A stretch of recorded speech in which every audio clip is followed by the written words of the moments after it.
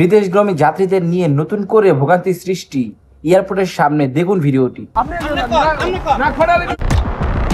বিমানবন্দরের সামনের খোলা জায়গায় ওঁত পেতে থাকে একদল যুবক। বিদেশগামী প্রবাসীরা গাড়ি থেকে নামতেই ছোঁ মেরে তাদের হাত থেকে লাগেজ নিয়ে যেতে উদ্যত হয় তারা। কে কার আগে লাগেজটি র্যাপিং করে টাকা আদায় করতে পারে চলে সেই প্রতিযোগিতা। দিনের পর দিন এমন টানাহেঁচড়ায় অতিষ্ঠ প্রবাসীরা।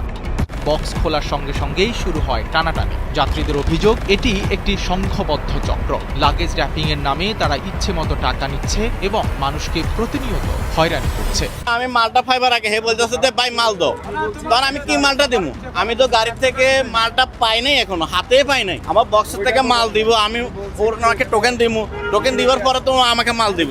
এর ভিতরে যদি হেরা যদি টানাটানি করে, হেনস্থা করে, তাহলে তো এটা ঠিক না ভাই।